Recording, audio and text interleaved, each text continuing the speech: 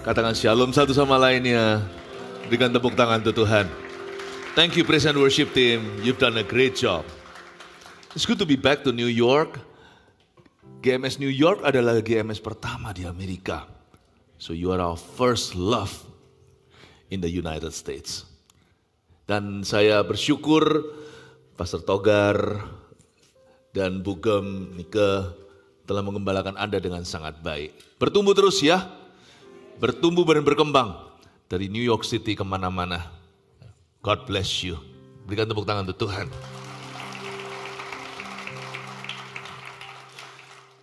You know, I wish I could speak in two languages at the same time, but because since most of you here are speaking bahasa Indonesia, so those who don't, please pardon me. For soon I shall be speaking in my native language. I hope you get the best translation, the best as good as possible, as best as we could provide this service to you.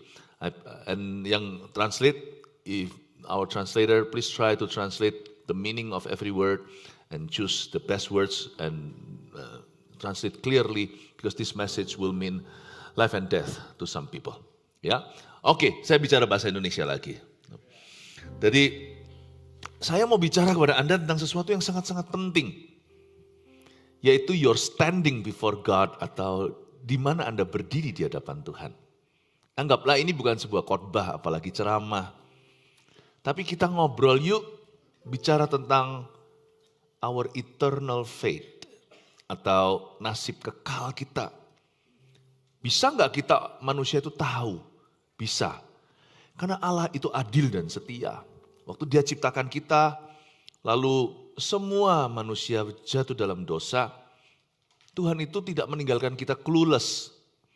Tidak meninggalkan kita dalam remang-remang. Dia bukanlah Allah yang setelah menciptakan kita lalu cuci tangan. Dia turun tangan. Turun dari sorganya yang mulia, lahir di palungan. And we know it best as Christmas. Lalu setelah Dia mati di kayu salibnya, setelah bayi itu jadi dewasa umur 33, setelah pelayanan 3,5 tahun in public ministry, Dia menyerahkan nyawanya. Dia datang ke dunia tujuannya memang untuk jadi tumbal, ransom. Benar-benar mati untuk menggantikan tempat Anda. Lagu tadi itu Amazing Grace. Bagaimana kita tahu the grace is amazing? It's because there is a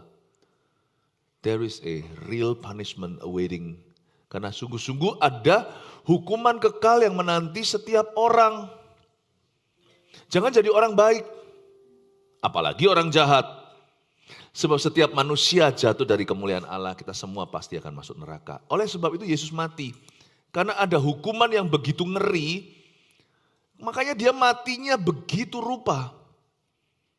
Kalau nggak ada hukuman yang kekal, nggak ada hukuman Allah, Tuhan Yesus ngapain konyol mati di kayu salibnya? Paham ya Bapak Ibu Saudara ya? Dan Tuhan itu datang to show us the way, untuk menunjukkan jalan kepada kita. I am the way, the truth, and the life, Jesus says. Yesus berkata, akulah jalan, kebenaran, dan hidup. Tak seorang pun dapat datang kepada Bapa kecuali melalui aku. Jadi ternyata keselamatan jiwa setiap orang berdosa tergantung atau bergantung pada respon hatinya kepada Kristus. Kepada Kristus, kepada siapa Dia dan pengorbanannya.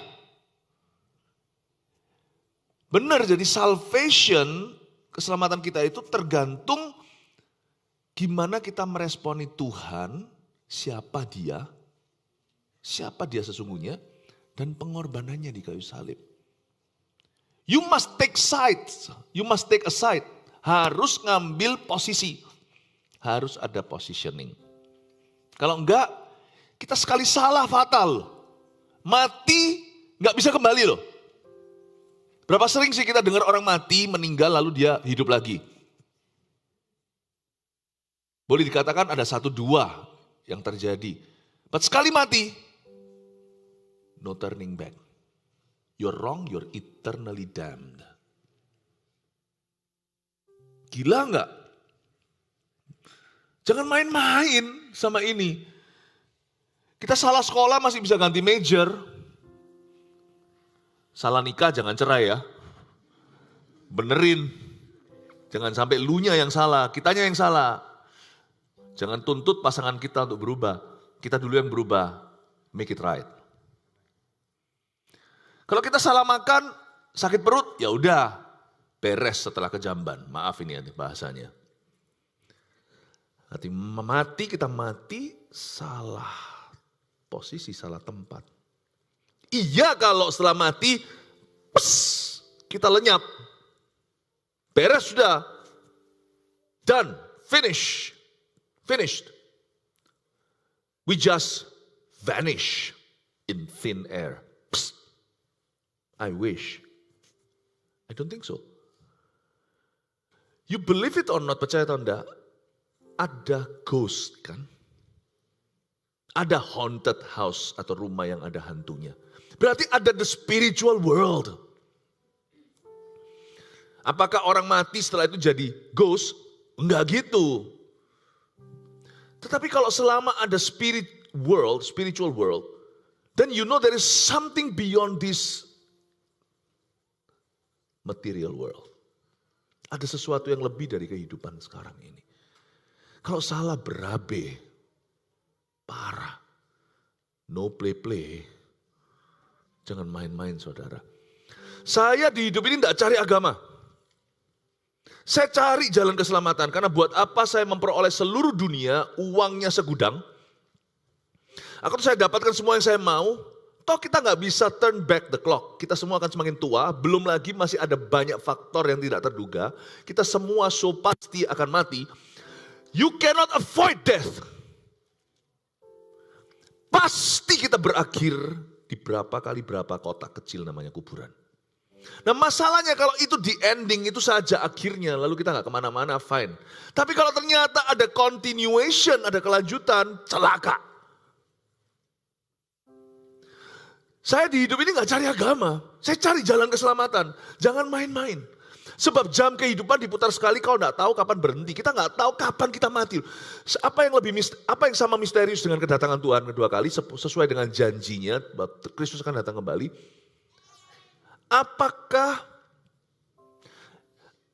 Apalagi yang semisterius itu adalah kematian kita, hari kematian kita. Kita gak tahu.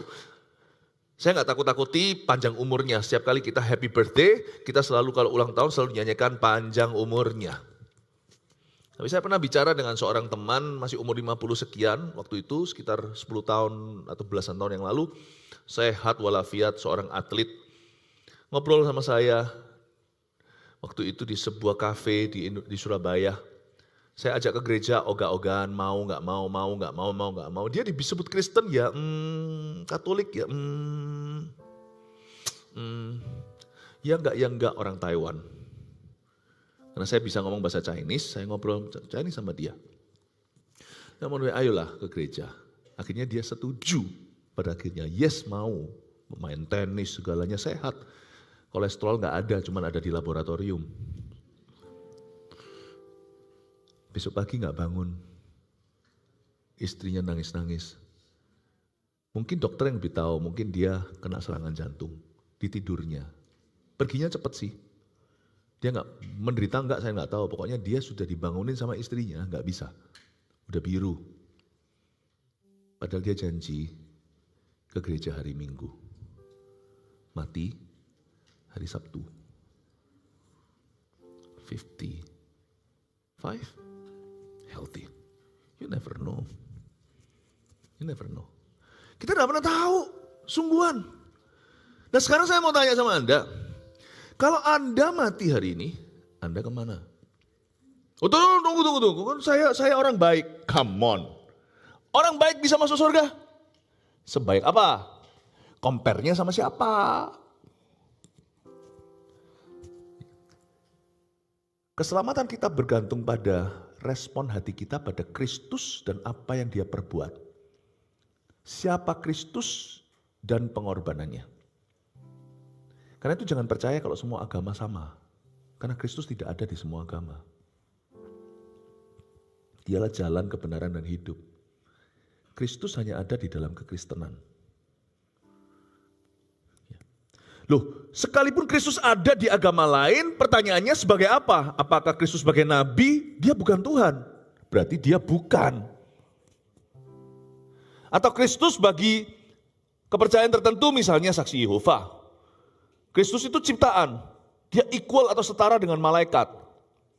Kalau gitu juga bukan Kristus. Wong Kristus dengan jelas-jelas dan dengan sangat-sangat gamblang berkata, aku dan Bapa adalah setara. Wow. Misalnya saya, Philip Mantova. Kalau Anda percaya sama saya, ada seorang di sini ngaku, aku kenal tuh sama pendeta itu Philip Mantova. Iya, I believe him. Good. But I believe he's a woman. Then you're wrong everything about me. You're just wrong about it. I am a man. I couldn't be more straight. That's my wife, I have 3 children. You see, kalau ada seorang di sini percaya saya, tapi menolak identitas saya, tidak percaya saya siapa, berarti Anda menolak saya. Jadi Kristus tidak ada di semua agama. Tidak ada. Dan sekalipun kalau ada, kita menolak dia mentah-mentah. Kalau kita berkata dia hanyalah nabi misalnya, atau kalau kita percaya dia adalah salah satu jalan. Kristus is one of them. Saya pernah lihat seorang yang menyembah segala sesuatu patung ciptaan manusia. Dan ada patung Kristus juga ada di sana. Dia salah satu daripada semua berhala-berhala. Berarti Anda menolak Kristus. Sekalipun menyembah. Seolah-olah menyembah dia. Paham ya? Karena Yesus dengan jelas berkata, I am the only way. Kalau kita mengaku percaya, tapi kita menolak perkataannya, kan sama dengan berkata, Jesus, you are a liar. I worship you, but I don't believe a thing you say about yourself. Aku percaya sih sama Tuhan, sama Tuhan. Aku percaya sama lu, gitulah ya. Tapi kamu bukan seperti yang kamu katakan. Nah, itunya aku tolak. I think you're wrong about yourself. Aku rasa Kristus, hey Kristus, kau salah tentang dirimu sendiri. Kamu berkata kamu jalan satu-satunya. Kalau menurut saya, menurut gua, kau salah satu jalan. Loh gini loh, katanya percaya kok bantah. You either accept Christ or you say that he is a liar. You cannot find yourself in between. Antara Anda percaya Kristus, atau Anda berkata dengan mentah-mentah to his face, langsung ke wajahnya semprot dan berkata, you're the greatest liar. Kau pendusta. You're the greatest lunatic. Kau adalah orang yang tidak waras. You cannot worship Christ and reject his word. You cannot say you believe in him and then you reject him outrightly. You can't do that. Be serious about faith. Either you accept him, menerima dia, atau you reject him. There's no in-betweens. Kristus tidak ada di semua agama. Kalau gitu yang Kristen gimana? Pasti selamat. Gini, brothers and sisters, ada Kristen KTP. Kemarin di Philadelphia terjadi lawatan Allah. Siapa yang datang kemarin? Puji Tuhan. Ternyata juga ada loh orang-orang Kristen, bahkan pelayanan yang masih manifestasi kuasa gelap, terjadi kelepasan. Why? Karena hidup kita masih filthy. Masih kotor. Mungkin mulut kita mengaku kita adalah anak Tuhan. Kita berkata aku orang Kristen. Tetapi kita masih hidup di dalam dosa. Secara sengaja. Saya nggak berkata bahwa kita bisa hidup sinless tanpa dosa. Kita semua tidak lepas dari kesalahan. Tetapi masing-masing kita punya tanggung jawab di hadapan Tuhan. Kita bisa loh Kristen tetapi KTP-an, enggak sungguhan. Bahkan pendeta pun bisa gadungan, tapi kita jangan nilai orang, baik orang Kristen lain ataupun hamba-hamba Tuhan. Nilai dirimu sendiri. Ternyata status kita sebagai Kristen, kalau itu agama doang, tidak merupakan sebuah jaminan keselamatan. Bukan. Ya, karena itu seorang yang lahir baru nggak mungkin dia berkata, aku masuk agama lain. Yang penting Allah, nggak bisa. Tapi just because you go to church doesn't guarantee anything if you're not changed. If you never decided, kalau kita tidak pernah mengambil keputusan, I have decided to follow Jesus, no turning back. Kuncinya enggak yang tadi? I have decided to follow Jesus, no turning back, no turning back. I have decided to follow Jesus, no turning back, no turning back. Mengikut Yesus keputusanku. Mengikut Yesus keputusanku, mengikut Yesus keputusanku, ku tak ingkar, tu tak ingkar. The cross before me, the world behind me. The cross before me, the world behind me. And then there is a response from heaven. Really? The cross before me, the world behind me. No turning back, no turning back. Can you say you are a follower of Christ and yet you live in a casual sexual relationship with your girlfriend, with your boyfriend? You can't do that. Can you say you are an active follower of Christ and yet you steal money from your company? Or sometimes you can be dishonest. Hello, is your mom here? Oh, mom is not there. Mom, no. Sometimes, oops, there are hiccups. But you don't make hiccuping your long-term career. When sin becomes your lifestyle, then there is something wrong about your Christian faith. It is not embedded in Christ. Gak apa-apa ya, bahasa Indonesia pasti semua ngerti lah. Living in New York gak bisa Inggris gimana? Saya di Indonesia aja bisa Inggris kok. You cannot do that, my friends. Bisakah kita berkata, aku mengikut Kristus, and yet our life is filthy with sin? Deliberately, unchanging, committed to your sin. Committed, not to say, let alone being proud of your sin. You're committed to your sin. And we see that a lot in North America, as well as in Asia, but in North America at least, people claim they are Christians, many of those. But they don't live as one. Mereka gak hidup sebagai orang Kristen. Aduh, gimana? Saya gak ngomong gini itu, kita maunya datang ke gereja yang tidak judge kita kan. Gak bisa. Gereja gitu gereja lembek. Ada orang berkata gereja adalah, church this is a church for sinners. Yes indeed, but for sinners to repent. Not for sinners to hide in our church with their sin. Orang berkata, oh gereja itu rumah sakit. Salah, gereja itu rumah sehat. Orang sakit datang untuk disehatkan. But should we love the sinners and hate the sins? Exactly. Tell the sinners that you hate that God hates their sins. Force them to change. What if they leave your church? Then fine by me.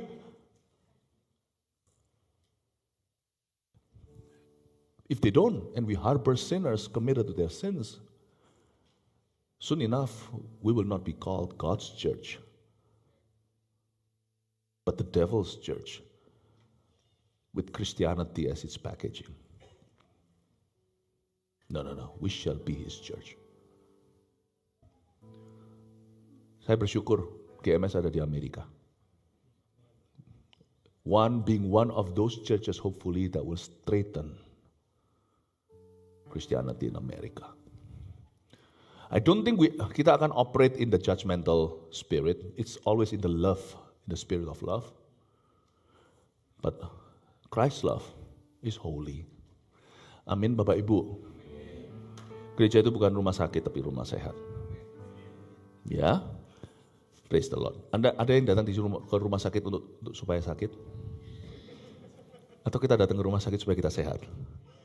Bukankah orang berdosa membutuhkan tabib, kata Tuhan. Aku bukan datang untuk memanggil orang baik, apalagi orang benar. Yesus berkata, aku datang untuk memanggil orang berdosa. Tapi pahami, kalimat Yesus belum selesai. Kepada pertobatan. We need to repent of our sin. We need to stop claiming ourselves Christians, and yet we live the opposite way. Ini yang menjadi permasalahan banyak orang yang menjadi batu sandungan. Dan ternyata di Alkitab dikatakan neraka adalah tempat orang-orang bukan hanya yang tidak kenal Tuhan, tapi yang pura-pura. You will be very surprised. We will be very surprised to know and find out someday that some people who claim themselves Christians don't make it ke atas sana. Karena Yesus berkata bukan mereka yang berseru Tuhan, Tuhan yang akan masuk dalam kerajaan sorga. Tapi mereka yang melakukan kehendak Bapa, yaitu untuk mengenal aku. Jangan ada orang yang berkata Tuhan, Tuhan, tapi engkau makan dan minum di kota kami, engkau mengajar di kota kami, enyahlah engkau pembuat kejahatan, aku tidak mengenalmu. Bahkan orang-orang yang mengklaim dirinya hamba Tuhan pun, jika mereka adalah hamba uang atau hamba seksual, hamba seks, hamba skandal, predator, mungkin bisa pakai jubahnya, jubah clergy atau jubah pelayanan. Tuhan akan berkata, kau pembuat kejahatan, tapi aku bernubuat demi namamu. Kalau tepat itu kebetulan, kata Tuhan. Aku menyembuhkan orang demi namaku, yang menyembuhkan itu namaku, bukan kamu. Orang itu beriman, mereka nggak tahu kamu seperti apa, tapi kamu sendiri akan kuadili. Yang sembuh orang itu sembuh. Kamu doa apakah dalam in the name of Benny or in the name of Peter, what's your name? In the name of Philip, kan enggak. Kalau kita doakan in the name of Jesus, it's my name that heals the sickness. Aku mengusir setan demi namaku, setan enggak takut sama namamu. Setan itu takut sama namaku, kata Tuhan Yesus. Tapi kamu sendiri pembuat kejahatan, enyahlah, masuklah dalam api neraka. You'll be very surprised. Many Christians end up in hell. Nah pertanyaannya, are there such Christians here in this house today? This is going to be scary. You know what? When judgment comes someday, the first one to be judged will be me in this room. Because I'm declaring this. I'm proclaiming this. Makanya Tuhan berkata, jangan banyak di antaramu mau jadi guru. Karena kamu akan dihakimi lebih berat. Di dalam ruangan ini kalau kita sekarang tiba-tiba mati, misalnya gempa bumi di Thailand kemarin, terus kita ambruk nih kita sekarang. Jangan, in Jesus name, jangan. Kalau di Surabaya ada yang suka gini, Irsan, jangan. Knock, jangan. Kalau sampai gitu misalnya, saya duluan dipanggil Tuhan. Philip, saya akan interogasi. But let me tell you, from my heart, saya ngomong apa adanya. Really, I mean whatever I say what I mean. Okay, I have nothing. I don't have to hide anything from you. I'll tell you as it is, I tell you as it is. Ya, saya paling suka kalau orang India yang ngomong I tell you as it is. I love it, you know. That's like emphasis. That's emphasis. Okay, I tell you as it is. Saya tidak tak. I'm safe. Oh, I'm so safe. But let not my mouth claim it. Let someday di akhirat will see that it's proven. I'm so safe. Not because I've not committed any wrong atau mistake. Bukan. Tapi my heart follows God dengan a clean conscience. Dan pertanyaannya sekarang, are you? Are you? Kalau sekarang sana mati, sorry ya, apalagi yang lebih tua, saya nggak kurang ajar. Where do you end up? Please don't ask the people next to you. Ask yourself this question. Where will you end up? Cepat aja buka sama saya apa kata Alkitab tentang neraka. Wahyu 20 ayat 11 sampai 15. Hukuman yang terakhir. Lalu aku melihat suatu tahta putih yang besar dan dia yang duduk di atasnya. Dari hadapannya lenyaplah bumi dan langit dan tidak ditemukan lagi tempatnya. Dan aku melihat orang-orang mati besar dan kecil berdiri di depan tahta itu. Lalu dibuka semua kitab dan dibuka juga semua kitab lain, yaitu kitab kehidupan. Dan orang-orang mati dihakimi menurut perbuatan mereka berdasarkan apa yang tertulis di dalam kitab-kitab itu. Maka laut menyerahkan orang-orang mati yang ada di dalamnya. Dan maut dan kerajaan maut menyerahkan orang-orang mati yang ada di dalamnya. Dan mereka dihakimi masing-masing menurut perbuatannya. Lalu maut dan kerajaan maut itu dilemparkanlah ke dalam lautan api. Itulah kematian yang kedua, lautan api. Kita baca bersama ayat 15, 1, 2, 3. Dan setiap orang yang tidak ditemukan namanya tertulis di dalam kitab kehidupan itu, ia dilemparkan ke dalam lautan api itu. Mari kita lihat sekarang ayat 11 saya jelaskan. Lalu aku di sini Yohanes, bukan Yohanes Pembaptis, Rasul Yohanes. Dia melihat semua penglihatan kitab Wahyu ini di Pulau Patmos di Yunani. Dan salah satu yang dia lihat dalam penglihatannya adalah sebuah tahta putih. Lalu aku melihat suatu tahta putih yang besar, dan dia dengan D huruf besar ini Yesus Kristus duduk di atasnya. Dari hadapannya, perhatikan, lenyaplah bumi dan langit. Ini berarti sudah kiamat. Ini berarti sudah akhir zaman. Ini berarti sudah kedatangan Tuhan. Dan tidak ditemukan lagi tempatnya. Jadi Yohanes melihat suatu tahta putih, katakan tahta putih. Cepat aja saya jelaskan, tahta putih adalah sebuah tahta pengadilan, orang hidup dan mati semua akan dibangkitkan untuk diadili Tuhan di akhir zaman. Dan ini kejadiannya, tahta putih itu harus baru didirikan. Kalau saya bilang tahta putih, the great white judgment throne, itu tidak tentu bicara tentang warna putih, tapi is the holy judgment of God. Ya, putih di sini melambangkan the holy judgment.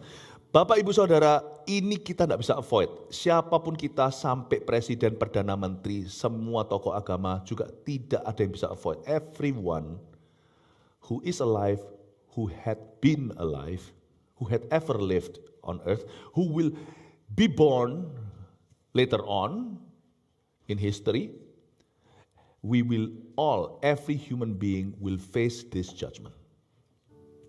Jadi inilah pesan Injil. This judgment is not avoidable. You will be summoned to it. Anda dan saya, setiap kita akan dipanggil ke situ. Dan jikalau Yesus belum datang kembali, kita akan dipanggilnya lewat kematian. Jadi kita harus tahu bahwa to live is once and then judgment. Kita itu manusia, hidup itu hanya sekali. Ada orang hidupnya pendek, bayi udah mati. Ada orang yang hidupnya lama, ada yang setengah separuh baya, ada yang hidupnya sampai panjang umur 90 juga ada. 100 bahkan. Tapi hidup di dunia ini sementara, katakan sementara. Kekekalan itu selama-lamanya, katakan selama-lamanya. Makanya itu kita harus mengerti bahwa yang terutama dalam hidup ini adalah keselamatan kita, hubungan kita dengan Tuhan. Tapi hubungan itu harus real ya, asli, tidak superficial. Sebab saya harus memberitahu Anda apa adanya supaya saya nggak hutang darah. Saya sebagai pemberita Injil. Bahwa setiap Anda suatu hari, either you will be saved atau Anda akan binasa. Dan itu tidak berdasarkan semata-mata beragama. But your life, hidupmu yang akan dihakimi, akan diadili oleh Tuhan. Tahta putih yang besar ini terjadinya setelah bumi langit lenyap. Berarti bahasa dunia kiamat, tapi bahasa Kristiani kedatangan Tuhan kedua kali. We don't know when. So don't believe pengajaran-pengajaran sesat yang memprediksi Tuhan akan datang kembali nanti tahun 2028. Atau bulan apa, kapan, tandanya apa. Don't believe a thing. Don't believe a thing. Gak ada orang yang tahu, titik. Oke, sama dengan hari kematianmu, gak ada orang yang tahu. Jangan ikuti orang sakti. Pergi ke orang pintar, sebab orang yang pandai tidak akan pergi ke orang pintar. Nah ini kalau diterjemahkan bahasa Inggris mereka kurang bisa, nggak tahu gimana. Tapi you will have a creative idea lah, gimana how to translate it. Oke? Sebab sesakti-sakti apapun juga, semua guru sakti itu masuk kuburan tidak keluar lagi. Ada satu hal yang menguji kesaktian orang. Baik dia punya harta, punya koneksi, atau dia punya ilmu. Can anyone defeat death, their own death? No one can except one. Jesus Christ. He predicted his death. He said that I'm going to rise again on the third day. He did. Because death is underneath. He's the creator of life. Life and death are in his hands. Bapak, Ibu, Saudara, kita harus mengerti satu hal. If you want to follow anyone that can lead you well into eternity, the only one candidate for it is one who came from eternity and return to it, is Jesus Christ. You want to know why I follow Jesus? He's the most believable. He's the most believable. Tidak ada agama manapun tokohnya berkata, akulah jalan dan satu-satunya jalan kepada Bapa. Apakah hanya karena klaimnya? No. I believe him not because of other people saying stuff. I believe him because I experience him. Ya. Kalau Anda belum menaruh percaya pada Yesus Kristus, ya berarti belum selamat. Sekalipun lahir Kristen hanya karena mobil ada di garasi, bukan berarti semua yang di garasi adalah mobil. Karena ada banyak orang-orang Kristen yang sejati di dalam gereja. Tidak berarti semua orang ke gereja adalah Kristen sejati. Saya ingin Anda untuk evaluasi sebelum mati. Karena kalau saya tidak sampaikan ini sebagai pemberita firman, saya hutang darah sama Anda. Nanti suatu hari jangan sampai kalau ada di sini orang-orang masuk neraka, lalu berkata, aku belum diperingatkan. Ingat hari ini, remember the day today, I have warned you. If you would, I hope not. If you would finally end up in eternal damnation, please know someday that you had chosen today to go there. Consciously. Karena waktu kita benar-benar menolak peringatan Tuhan, kita tahu konsekuensinya dan kita memang siap. Neraka itu nyata. It's real. Saya nggak bisa jelaskan ya. Saya nggak bisa jelaskan. Sorga maupun neraka, who knows, you know. Siapa sih yang pernah kembali dari mati? Paling ada cerita-cerita orang yang pernah mati lalu habis itu mendapat penglihatan gimana lalu dia kembali, medical miracle. Tapi kita juga anggap, kita nggak pernah sungguh-sungguh serius mempertimbangkan kesaksian mereka. Karena kita itu hidup di dalam dunia penuh dengan hoax. Banyak hoax. Setan tuh pinter. Dia bikin barang KW yang palsuan banyak sekali. Supaya nanti kalau ada barang asli, kita nggak minat. Dan dia tuh pinter. Dia tahu bahwa rumah Tuhan, gerbang sorga di dunia yang terdekat, ini pun gak bisa kita bawa gedungnya adalah gereja yang murni. Jadi dia bikin gereja banyak yang gak keruan. Supaya orang itu trauma ke gereja. Kalau gak ke gereja, mau kemana? Adakah rumah Tuhan yang lain selain gereja? Gak ada. Gak ada. Dia rusak juga, orang mengaku pendeta, habis itu nggak benar kelakuannya. Supaya apa? Supaya kita jadi trauma sama orang Kristen, sama hamba-hamba Tuhan. Dan kita merasa, pendeta semua sama. Ini semua sama. You know why? He wants you confuse the devil. So that he could get your soul. He wants you to be alone on your own. So that, paling gampang kan kalau misalnya hyena itu, mau makan lembu atau kerbau Afrika, cari aja yang sendirian, yang kesasar. Apalagi yang terluka, yang sudah luka batin, yang sudah marah, yang kepahitan, itu paling gampang. Sikat, makan, lanjut. Singa seperti singa mengaum-ngaum. You know, you have to understand one thing then. God is real and God hasn't changed. Ada banyak uang palsu, bukan berarti tidak ada uang asli. But you have to determine your own heart. You gotta make a decision today. Ya. Dan lenyaplah bumi dan langit tahta putih. Kita lanjut ayat 12. Dan aku melihat orang-orang mati, besar dan kecil berdiri di depan tahta itu. Lalu dibuka semua kitab dan dibuka juga sebuah kitab lain yaitu kitab kehidupan. Dan orang-orang mati dihakimi menurut perbuatan mereka. Berdasarkan apa yang ada tertulis di dalam kitab-kitab itu. Ada kitab-kitab, lalu ada satu kitab. Kitab-kitab itu menulis semua perbuatan kita. Bukan berarti sungguhan Tuhan punya database itu buku. Atau Tuhan punya komputer, bukan. Tapi ini menunjukkan kemahatauan Tuhan dan ketidakpernalupaannya beliau.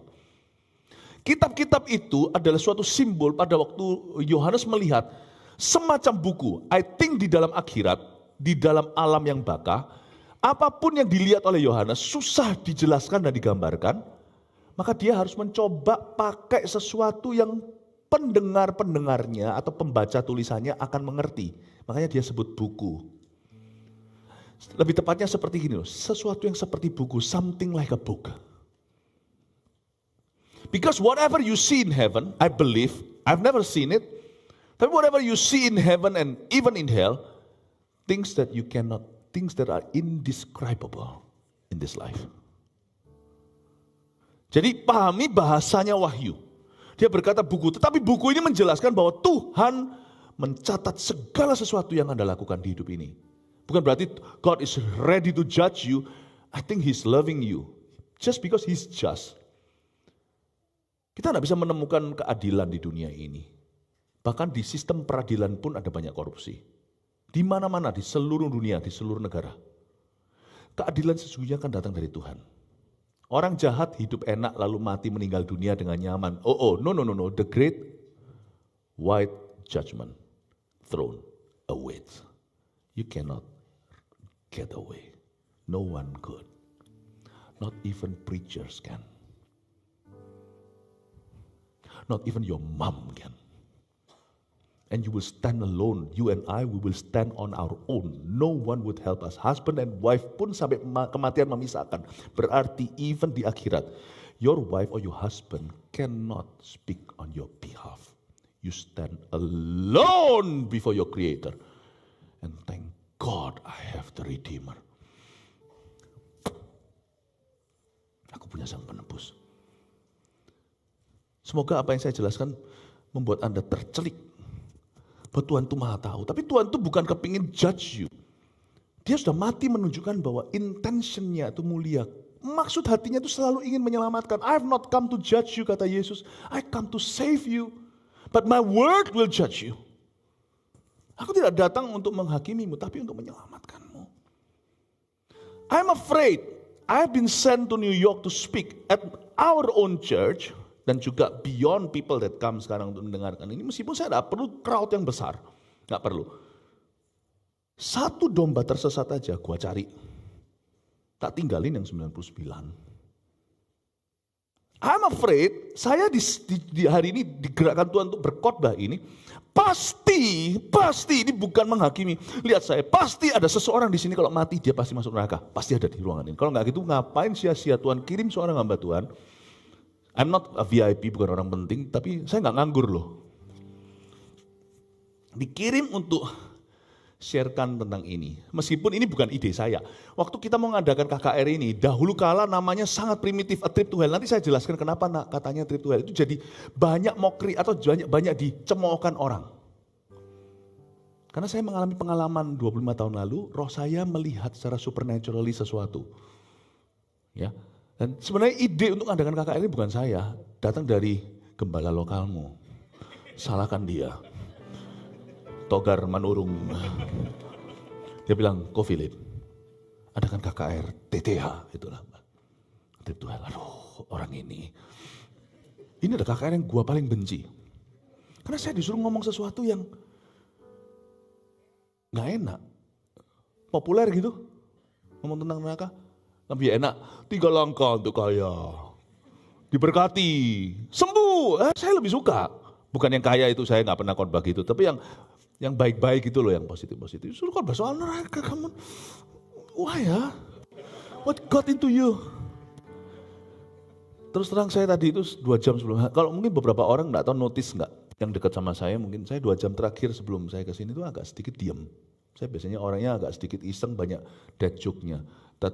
Trust me, my jokes aren't that funny. So imagine my kids had to bear this growing up.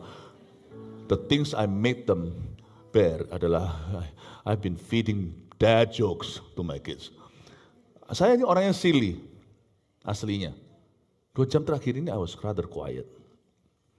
And the stress has come back. Dulu saya pernah khotbah tentang ini, karena bagi saya ini bukan cuma apa kata Alkitab, saya mengalami suatu pengalaman. Secara individual, personally. Tahun 2025 itu secara supernaturally, God took my spirit to see part of that damnation.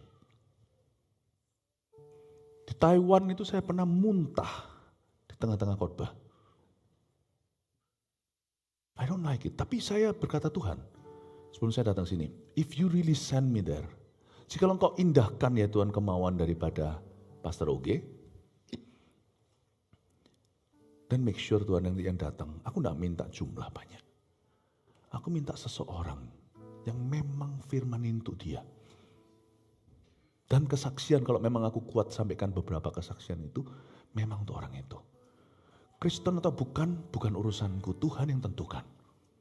Dia Kristen KTP-an atau dia memang non-Kristen. Tuhan akan bicara privately. Dan Tuhan, please let me go setelah itu bahwa darahku sudah tidak tertumpah.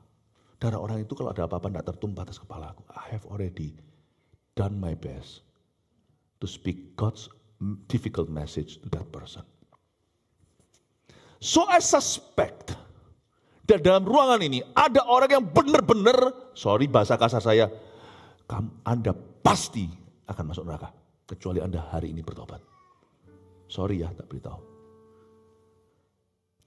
Pasti ada di ruangan ini seseorang kalau mati detik ini, you will go to hell. Therefore God had sent me seperti seorang prophet to warn you. Turn around. Turn around to the opposite. Repent. Repent itu, tobat itu bukan berarti jadi sempurna atau nggak berdosa lagi. Tobat itu gini loh. Misalnya saya ke sana menuju neraka, sana surga. Tobat, kata repent dalam bahasa Yunani itu artinya turn around the other way, the opposite way. Itu tobat. Tobat itu bukan berarti sempurna. Saya udah jalan dekat ke neraka, karena kalau dosamu matang, dia mengalahkan maut. Itu bukan mati doang. Mati itu fisik. Maut itu the state of your spirit. Misalnya saya sudah hampir nyemplung nih. Lalu berkata tobat, repentance means to turn around and start running the opposite way. To the Lord that saved. That saves you. Saya curiga di sini ada orang yang benar-benar you pasti akan masuk neraka. Makanya Tuhan utus saya untuk ngomong pesan ini. I don't need a crowd of 10,000 or 100,000 people. I'll speak to one person. Isn't my name Philip? Read in the Bible. There's another man called Philip, whom God had taken away from a citywide crusade to just find one lost soul from Africa, an Ethiopian eunuch. I'm a different Philip of the same mission. I'm talking to one here, that you are bound for hell. And I don't think any American preacher now is going to tell you. But I'm going to tell you, I'll tell you, the stress has just come back a bit on me. Karena ayat 12, dan aku melihat orang-orang mati besar dan kecil berdiri di depan tahta itu. Ini bukan zombie, ini orang mati beneran, sudah dead. Tapi dia bisa berdiri, berarti kita nggak bisa mati. Bapak Ibu, manusia itu hidup selamanya, cuman meninggal dunia. We cannot die, we only pass away. But animals die. Dogs, however we love them, they die. Has someone told you lately that dogs go to heaven? They lied. Dogs just die. But men and women, they don't. The moment you close your eyes here, you're gonna open it somewhere. Somewhere over the rainbow maybe. But somewhere or somewhere, you definitely will end up in one of those places. Tapi semua tergantung dengan kitab-kitab tadi.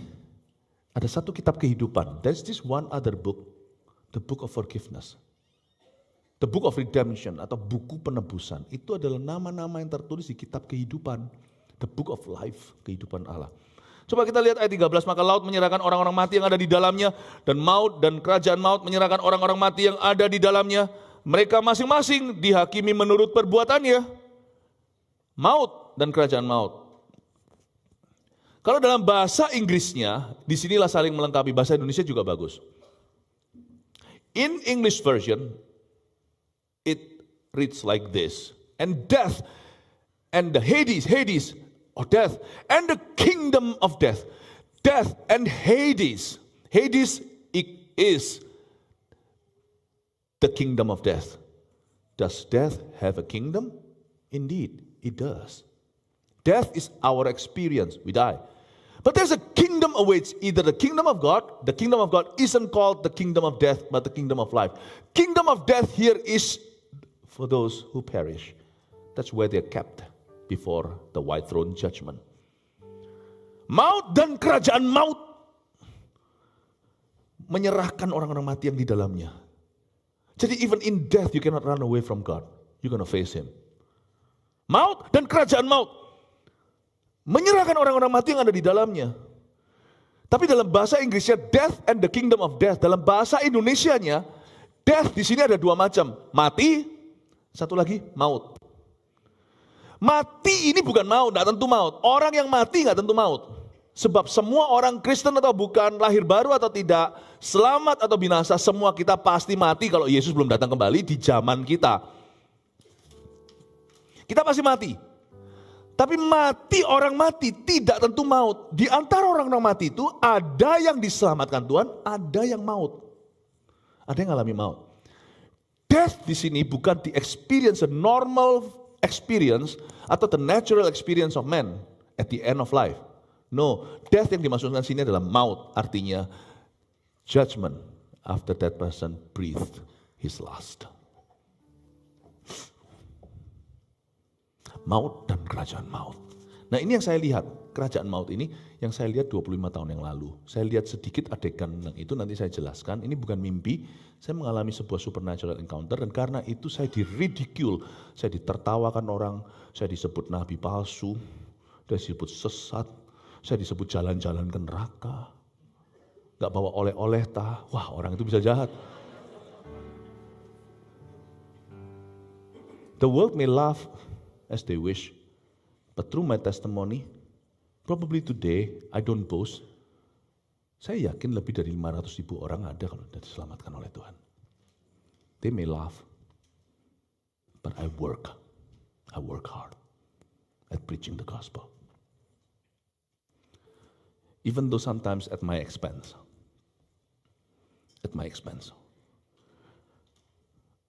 Maut dan kerajaan maut menyerahkan orang mati. Kerajaan maut itu apa sih? Tempat gini, tempat ketika orang Kristen KTP dan orang-orang yang belum terima Yesus dan dibaptis.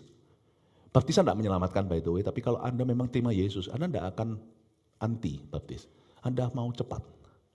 Sebab orang yang di penyamun yang di samping Yesus itu kan bertobat. Hari itu kan langsung ke Firdaus.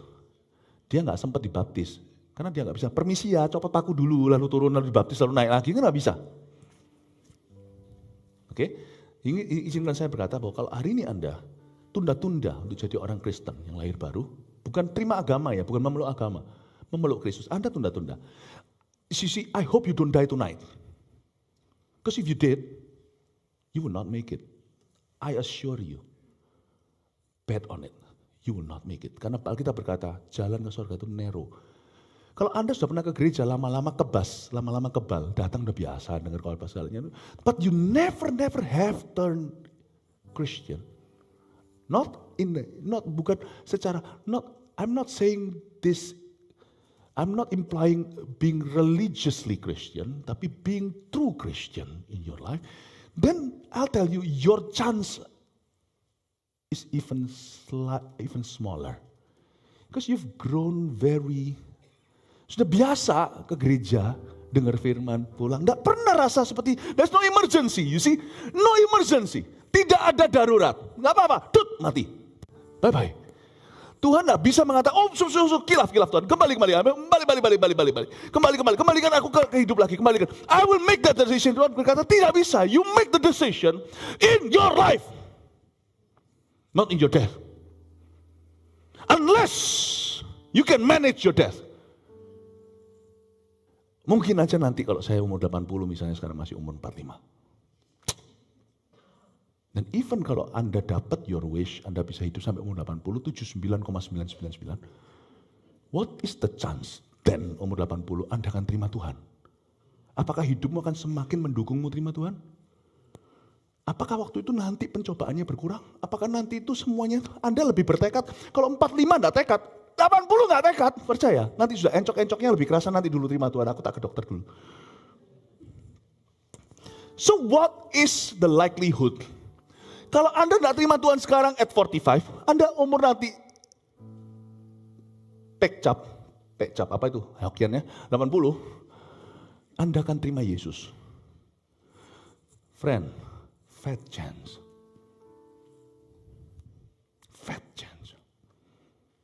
Karena hidup di nanti umur 80 nggak lebih mudah untuk terima Tuhan seperti hari ini. Today is easier. Kalau sekarang nggak tekad, tunggu nanti. Apa kira-kira membuatmu tekad nanti umur 80? Kalau make it to 80. Kalau tiba-tiba 80 hours later God calls you back. Not 80 years, 80 hours later. What will become of you?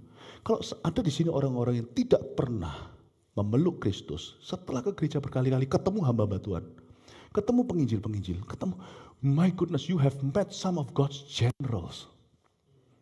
And that doesn't move you. Maybe you think you live forever in life. Maybe you think that you are untouchable. Itu sampai di itu. Dengarkan khotbah anak itu. Dia bilang, ya, maybe you think that. Mungkin Anda mengira Anda berkecualian. Saya itu takut loh. Saya takut suatu hari kalau ketemu Tuhan kata, kenapa kamu tidak peringatkan orang itu? Kenapa kamu cuman hahihi, nice thank you sama orang itu? Kenapa kamu tidak pernah ngomong? Aduh Tuhan, sorry Tuhan. Bukankah ada tertulis itu di Yeskiel pasal 1? Kalau aku menyuruh kamu memperingatkan seorang, orang itu sedang menuju hukuman. Ada apa-apa terjadi orang itu, darahnya tertumpah atas kamu. Saya paling takut loh. Suatu hari Tuhan akan meminta pertanggungjawaban darah Habil pada Kain. Kalau kitanya ngawur. Saya pasti akan ditanya, why? Ya kan, orang itu kan cuma teman baik. Casual friend ini bukan church friend. But why you play church? Isn't church God sent? Ya tapi kan cuma... Dia kan gini kan. No. If you're here in this room, then I've warned you. If you're not a Christian yet, you never feel like you need to be. I hope you don't die tonight. Or this week, or next week, or next year, or whatever. But if you're a Christian, tapi KTP-an,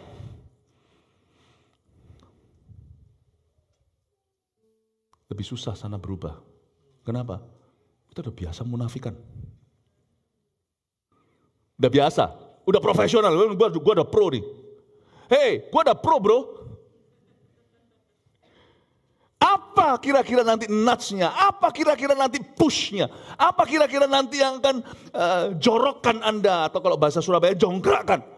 Membuat Anda berkata, I want to turn into a new leaf. Aku mau berubah sekarang. What will be the chance? That you get away all the time behind your Christian mask.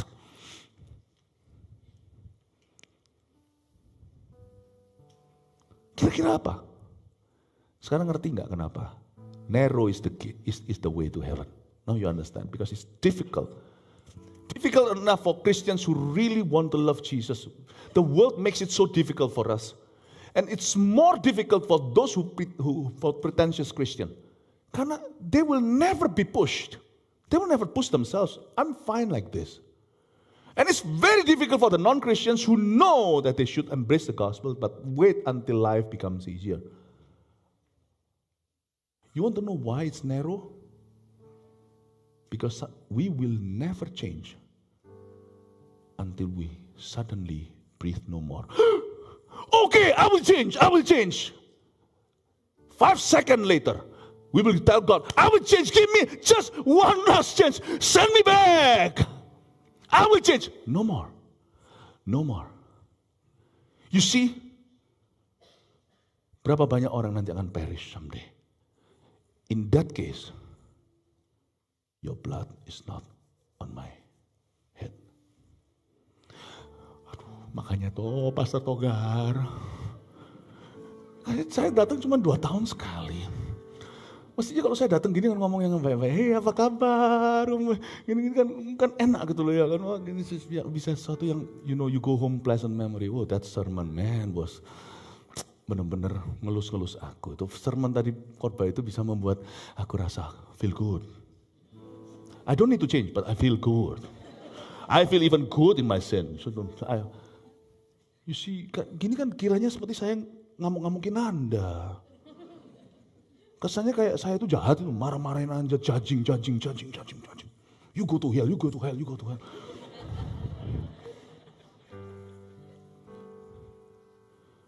But I don't care. It's gonna be worth it. Thank you, Pastor Togar Manurung. Kalau ada satu aja selamat malam ini, I think this is a great success. Let's just say the 99 of you misunderstand me, it's okay. If I can get that one lost sheep, fine by me. I think it's worth it. But I'm not angry at you. I love you. Don't you believe me? I really do. If I don't love you, I'm not here. Jauh-jauh jet lag lagi. Kangen sambal. I really love you. And for me to preach this message is very hard. It's really hard. It's really hard.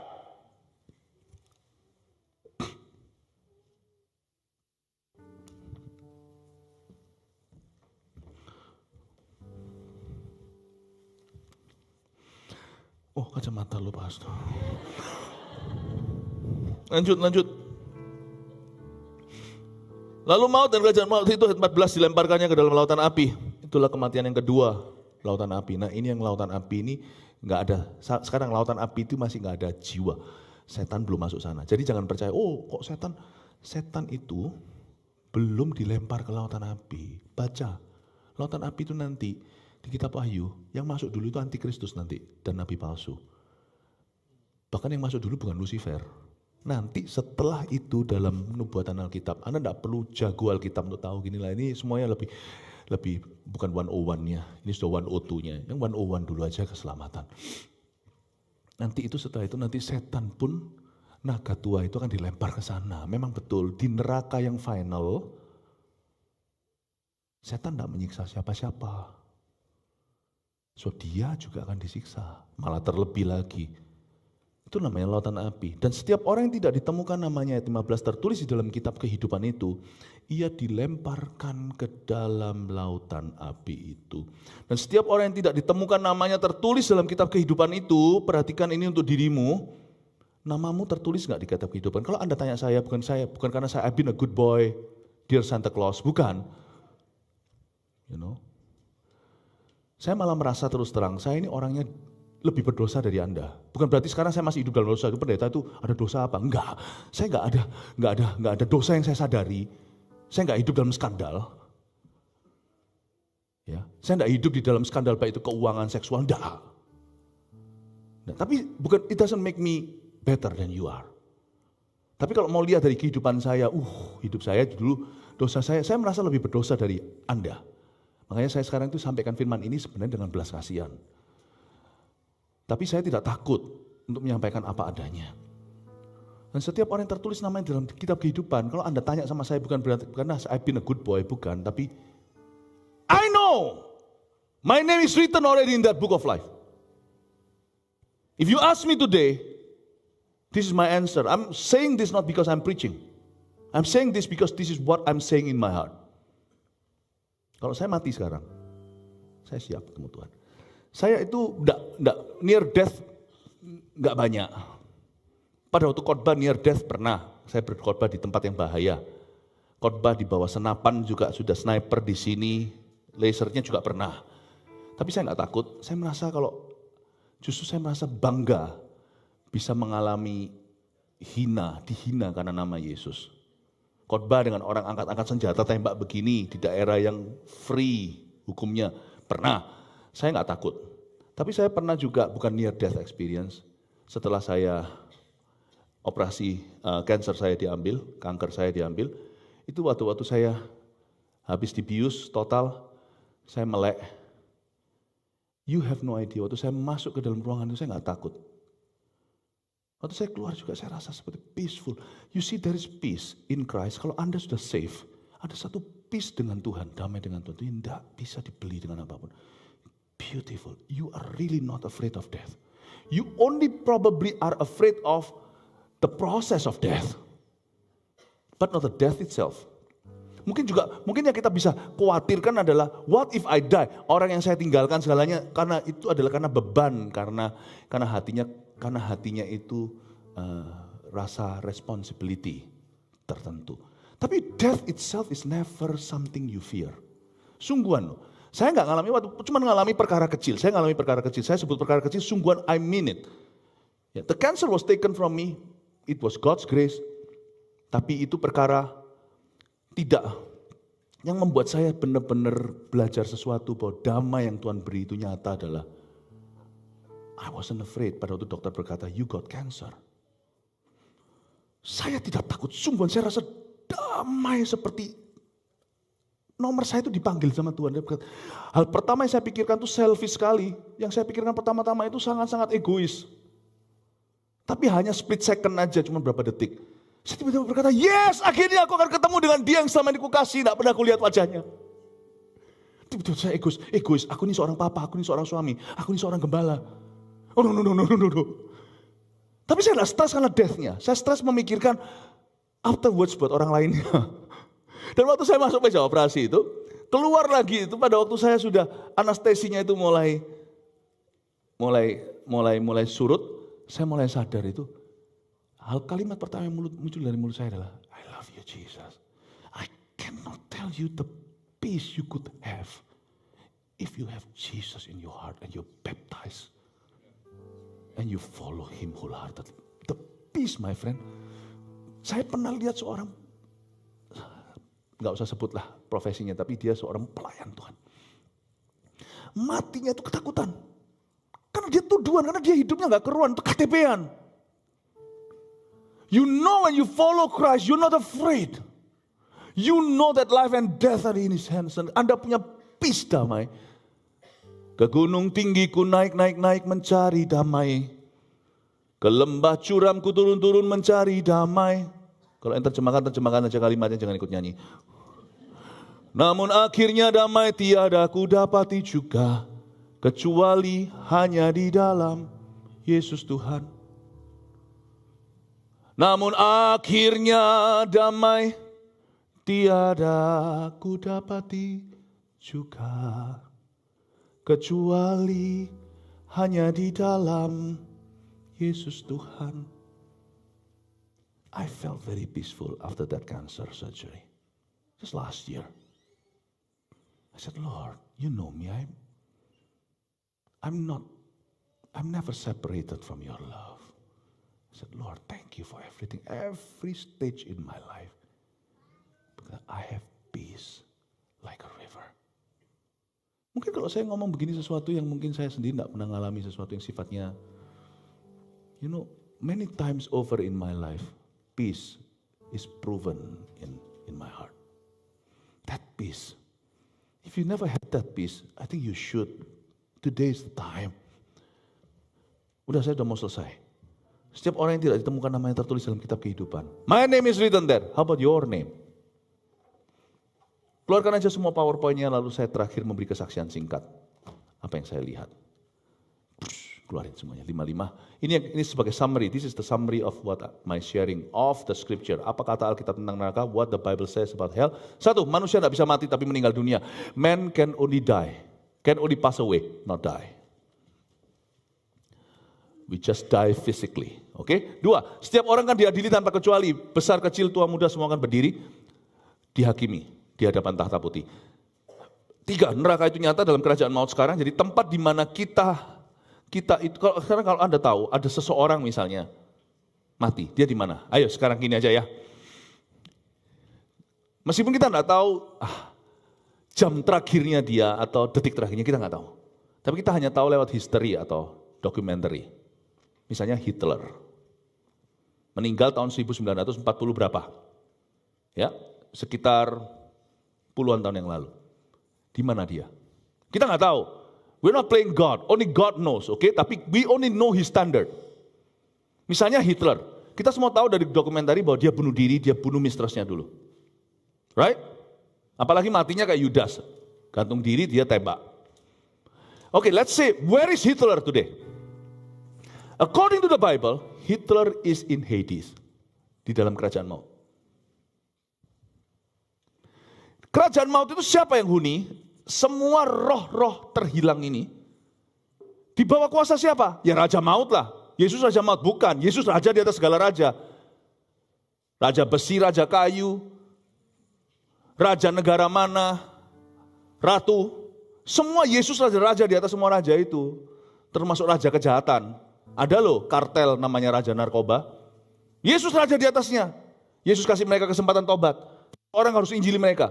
Tapi kalau mereka tidak bertobat, tangan Tuhan yang memanggil angka atau nomor mereka. Raja maut siapa? Bukan Yesus. He's the king of life. He's the king of light. He's not the king of darkness. You know who the king of darkness is? Is Satan. Di dalam kerajaan maut itu, saya percaya setan masih berkeliaran. Makanya ada ayatnya, kalau ada gereja yang benar, gereja yang murni dan memberitakan Injil, sempurna nggak ada, gereja itu disempurnakan, maka the gates of Hades shall not prevail against it, atau gerbang neraka itu kerajaan maut, atau gerbang maut tidak bisa menguasainya. Paham ya? Kira-kira setan itu kalau tidak keliaran di dunia, jumlahnya berapa setan? Kita tidak tahu.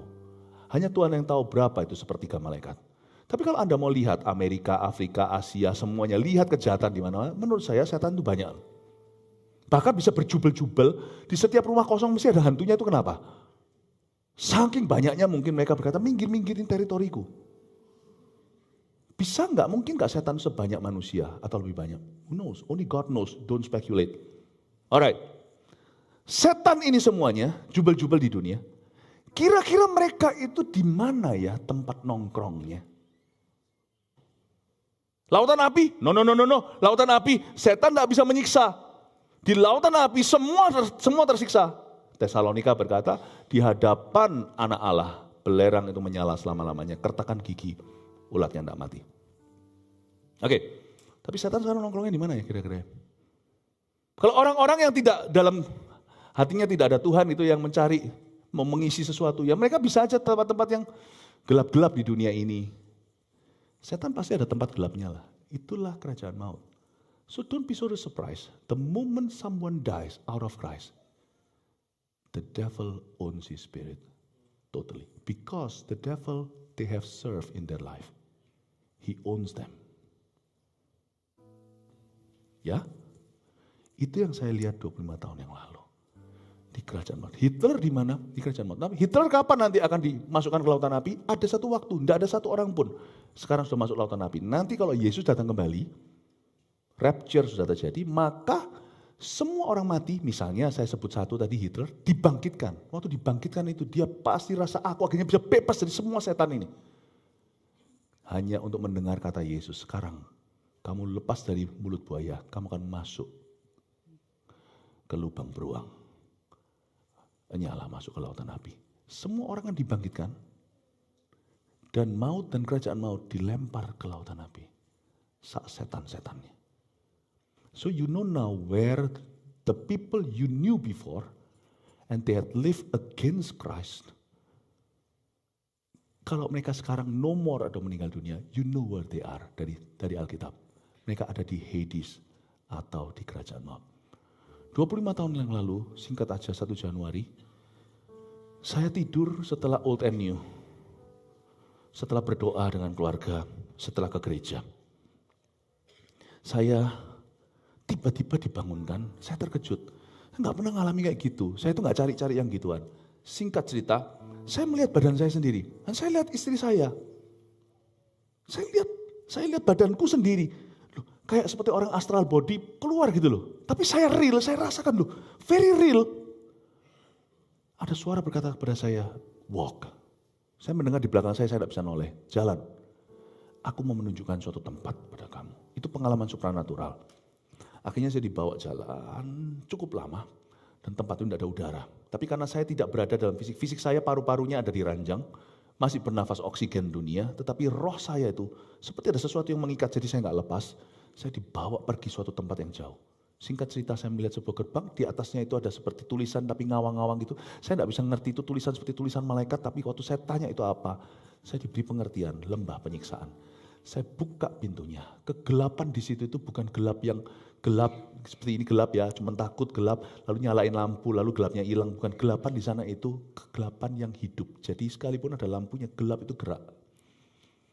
Dan waktu dibuka itu baunya itu bau daging busuk. Dan saya dengar suara segala macam bahasa itu menghujat. Mereka tidak bisa sebut Yesus di mulutnya, mereka hanya menghujat. Yang mereka hujat adalah Tuhan, mereka tidak bisa sebut Yesus. Karena nama Yesus sudah cerai dari mulut mereka. Kalau mereka sebut Yesus mereka selamat, nggak bisa. Lalu saya lihat, singkat cerita, saya dilihat beberapa adegan berada di pinggir, berarti orang-orang yang baru mati.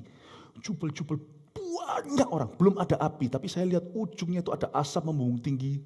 Seperti ada orang di belakang saya memberitahu sama saya, di ujung itu lautan api, tapi itu jauh sekali. Dan orang itu berjubel-jubel semuanya ada di sana. Tahu nggak waktu berjubel-jubel di sana itu berarti yang paling sini itu yang paling baru mati. Yang paling sono itu adalah orang yang sudah lama mati. Tapi saya melihat di daerah dekat kurang lebih seperti saya dengan pilar itu. Saya melihat seorang wanita yang disiksa. Dan Roh Kudus beritahu pada saya bahwa wanita itu dosa utamanya di hidup ini adalah dusta. Yang dimaksud dosa di sini adalah sexual sin. Orang ini hidup free sex. Ini adalah penangkapan saya. Saya rasa in my spirit, orang itu free sex atau dia selingkuh, something like that. Dan saya melihat dia disiksa dengan begitu banyak roh jahat yang menyorongkan sesuatu ke wajahnya. Saya lihat remang-remang. Lampu yang saya dapat adalah cahaya yang dari belakang saya. Jadi semua spirit di situ, saya tidak bisa lihat klipet-klipet itu. Saya tidak bisa lihat itu seperti itu spirit itu tidak seperti manusia jalannya itu teratur itu. Dan mereka itu ada yang besar, ada yang kecil itu sekelilingnya itu najis semuanya. Dan saya melihat klipet-klipet begitu. Semua spirit itu bukan yang seperti di horror movie tertawa-tertawa. No, they are real, intelligent beings. Orang benar-benar pintar. Tapi mereka semua itu senang bahwa wanita itu sudah jatuh dalam kuasanya. Dan saya rasa itu spirit-spirit seseorang di belakang saya, yang saya sangat pahami suaranya. Saya domba, kenal suara gembala saya. Saya berkata bahwa ini adalah spirit yang melayani dia. Sekarang dia harus melayani mereka. Menyorongkan sesuatu di wajahnya, saya tidak bisa jelaskan trauma melihat itu, hancur lebur, lidah dan wajahnya jadi bulan-bulanan. Tapi dalam hati saya merasa ini mungkin hanyalah sebuah fantasi atau sebuah gentayangan. No. Tuhan memberitahu kepada saya, ingatkan, tiba-tiba waktu saya melihat gitu itu ya, scriptures after scriptures itu jadi come alive. Salah satunya itu di Matius yang Yesus katakan, jikalau matamu membuatmu berdosa, cungkilah. Lebih baik kau satu mata one eye check masuk surga. Kalau tanganmu penggalah, lebih baik daripada dua tangan dilempar ke neraka. Jadi di dalam neraka, atau sebelum neraka final lautan api, semua orang di sana itu pakai tubuh binasa. Jadi panca inderanya ada lebih tajam dari di dunia. Sedangkan di surga nanti kita punya tubuh kemuliaan, sama tajamnya. Jangan kau kira kita Kasper atau kita melayang-layang. Atau kalau mati itu vanish, hilang. Enggak. Kita tetap dalam tubuh kita. Manusia tidak bisa mati, cuma meninggal dunia. Dan saya melihat di situ waktu disorongkan itu dan mereka tertawa. Dan setelah itu anehnya, dia tidak bisa mati. Dia minta mati, tidak bisa mati. Itu perempuan, just kill me, tidak bisa. Dia hidup merasakan itu, lalu setelah itu kembali formnya. Tubuh itu tidak bisa punah. Tubuh itu Tuhan cipta memang untuk binasa. Tubuh kebinasaannya. Dan dia kembali lagi dan diulang berkali-kali. Saya nangis dan teriak, tapi roh-roh jatuh tidak bisa lihat saya. Saya yang bisa lihat mereka. Terang di belakang itu yang menyinari sehingga saya bisa melihat adegan. Saya berkata, stop that! No one can hear me. Thank God they couldn't hear me. If they heard me, I'd be scared for my life. Tapi I wasn't scared because he was with me. Waktu saya melihat itu, you can believe it or not. Ya, saya sudah kenyang ditertawakan, disebut-sebut orang. Biasa. Wah, lu ngada-ngada. Silakan, whatever. You may say whatever you need to say about this. I do not care at all. Saya melihat itu di ujung. Saya teriak-teriak, stop it already. Saya nangis, tapi saya tidak bisa noleh. Ini tidak bisa noleh. Saya cuma bisa dengar, saya tidak bisa lihat orangnya. Saya bilang, Lord, will you stop that? Keluar ayat yang saya khotbahkan. For a man to live only once and then judgment. Pertama saya jawab, masih ada jawaban. Berapa kali setelah adegan lain saya minta lagi. Tidak ada jawaban, saya cuma mendengar seseorang sesegukan menangis di belakang saya. Dan itu dekat sekali, saya bisa rasakan nafasnya. Tapi dia wangi sekali.